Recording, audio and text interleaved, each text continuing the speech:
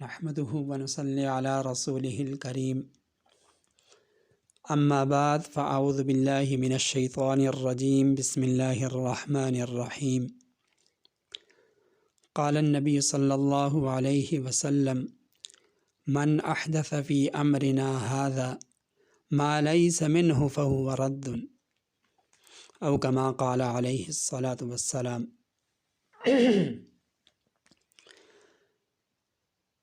ناظرین مکرم، ہمارا معاشرہ جو دن بدن زوال پذیر ہے، اسلام کی روشن تعلیمات کو ہم نے چھوڑ کر رسم و رواج کو، بدعات کو ہم نے دین سمجھ لیا ہے۔ ایصال ثواب کے معاملے میں بھی ہمارے معاشرے میں بدعات، رسم و رواج نے جگہ لے لی ہے۔ یاد رکھیں، شریعت کی نظر میں ایصال ثواب کے لیے نہ تو کوئی عمل خاص ہے، نہ کوئی چیز خاص ہے، نہ کوئی دن خاص ہے، اور نہ ہی کوئی مہینہ خاص ہے، بلکہ سال بھر میں کسی بھی دن کسی بھی نیک عمل کا ایصال ثواب کیا جا سکتا ہے۔ ایصال ثواب کے لیے دن یا مہینہ خاص کر کے اسے لازم سمجھنا یا اس کا خصوصی اہتمام کرنا، یہ چیز بدعت کے زمرے میں آتی ہے۔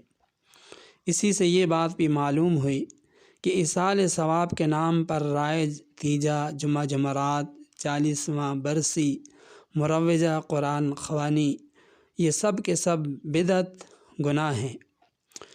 ایصال ثواب ہر قسم کی مالی اور بدنی عبادات سے کیا جا سکتا ہے۔ اس میں بڑی وسعت اور شریعت نے بڑی سہولت دی ہے، جیسے ذکر و اذکار سے ایصال ثواب کیا جا سکتا ہے، درود پڑھ کر ایصال ثواب کیا جا سکتا ہے، سورہ فاتحہ، سورہ اخلاص پڑھ کر تلاوت کر کے اس کا ایصال ثواب کیا جا سکتا ہے۔ اس میں مکمل قرآن کریم ختم کرنا یہ بھی ضروری نہیں، بلکہ جتنا سہولت سے ہو سکے تلاوت کر کے ایصال ثواب کیا جا سکتا ہے۔ اسی سے یہ بھی معلوم ہوا کہ ایصال ثواب کو شریعت نے بہت زیادہ آسان کر رکھا ہے۔ نہ تو اس میں مال ضروری ہے، نہ قرض لینا ضروری ہے، نہ چاولوں کی دیگ پکانا ضروری ہے۔ یاد رکھیں، اللہ تعالیٰ کے دربار میں ایصال ثواب کی قبولیت کے لیے بنیادی طور پر 2 اصول، 2 شرائط ہیں۔ نمبر 1، ایصال ثواب اخلاص کے ساتھ ہو، کہ صرف اور صرف اللہ تعالیٰ کی رضا مطلوب اور مقصود ہو، اس میں نام نمود، ریاکاری نہ ہو۔ نمبر 2، ایصال ثواب شریعت کی تعلیمات کے مطابق ہو، اس کے لیے خود ساختہ طریقہ ایجاد نہ کیا جائے۔ ان 2 باتوں میں سے کوئی ایک بات اگر نہ پائی جائے تو وہ ایصال ثواب اللہ تعالیٰ کے ہاں قبولیت کو نہیں پہنچ سکتا۔ یاد رکھیں، جب ایصال ثواب سے مقصود اپنے مردوں کو ثواب پہنچانا ہے تو پھر اس کے لیے خود ساختہ اور غیر شرعی طریقے کیوں اختیار کیے جاتے ہیں؟ بدعات کا ارتکاب کیوں کیا جاتا ہے؟ کیا اللہ تعالیٰ کو ناراض کر کے بدعات کا ارتکاب کر کے ایصال ثواب کیا جا سکتا ہے؟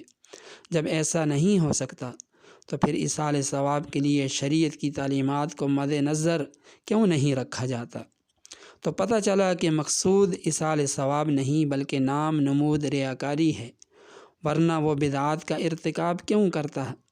ایسا شخص اپنے مرحومین کا در حقیقت خیر خواہ نہیں ہو سکتا۔ یاد رکھیں، مرحوم کے ایصال ثواب کے لیے عزیز و قارب، دوست احباب کا نفس قرآن پڑھنا اور میت کے لیے دعا کرنا یہ جائز ہے، لیکن مروجہ طریقے پر دن متعین کر کے اجتماعی طور پر تعزیت کے لیے جمع ہونا، پھر اجتماعی قرآن خوانی کرنا جس میں میت کے یہاں کھانے پینے کا التزام ہو اور لوگوں کو باقاعدہ دعوت دے کر جمع کرنا اور نہ آنے والوں سے ناراضگی کا اظہار کرنا، اور پھر ان سب باتوں کو باعث اجر و ثواب اور شریعت کا حصہ سمجھنا، یہ بدعت ہے اور اس کے بہت زیادہ نقصانات ہیں۔ یہ شریعت کی کھلی خلاف ورزی ہے، بدعات کا ارتکاب ہے، بدعات کو قوت اور تقویت پہنچانے والی بات ہے۔ مال کا ضیاع ہے، گناہ کا ارتکاب ہے، اللہ کی ناراضگی کا باعث ہے۔ اس طرح کرنے سے میت کو ایصال ثواب نہیں پہنچایا جا سکتا۔ ناظرین مکرم، یہاں ایک اہم بات یہ بھی سمجھیں کہ شریعت نے شرک کے بعد اگر سب سے زیادہ کسی چیز کا رد کیا ہے تو وہ بدعت ہے۔ بخاری شریف کی روایت جو میں نے شروع میں تلاوت کی، آپ حضرات کے سامنے پڑھی، نبی پاک صلی اللہ علیہ وسلم نے فرمایا من احدث فی امرنا ھذا ما لیس منہ فہو رد۔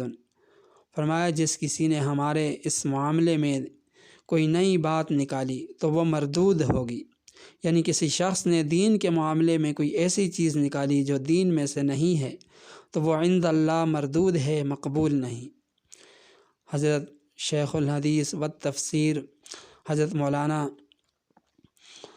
سرفراز صاحب رحمہ اللہ نے ایک جگہ اپنی تفسیر کے اندر لکھا ہے کہ 100 گناہ کبیرہ گناہ ان کا اتنا گناہ نہیں جتنا ایک بدعت کا گناہ ہے، اور اس کی وجہ انہوں نے یہ لکھی ہے کہ کبیرہ گناہ کرنے والا جانتا ہے کہ میں گناہ کر رہا ہوں، اور اس گناہ کے ارتکاب کرنے والے کو جو دیکھ رہا ہے، دیکھنے والا بھی یہ سمجھتا ہے کہ یہ گناہ کر رہا ہے۔ تو گناہ سے دین کا نقشہ نہیں بدلتا، اور بدعت ایسی منحوس چیز ہے کہ اس سے دین کا نقشہ بدل جاتا ہے، غیر دین دین بن جاتا ہے۔ کرنے والا دین سمجھ کر کرتا ہے اور دیکھنے والا بھی یہی سمجھتا ہے کہ دین کا کام ہو رہا ہے، قرآن کریم پڑھا جا رہا ہے، لوگوں کو کھانا کھلایا جا رہا ہے۔ یہی وجہ ہے کہ بدعتی شخص کو توبہ کی توفیق نصیب نہیں ہوتی۔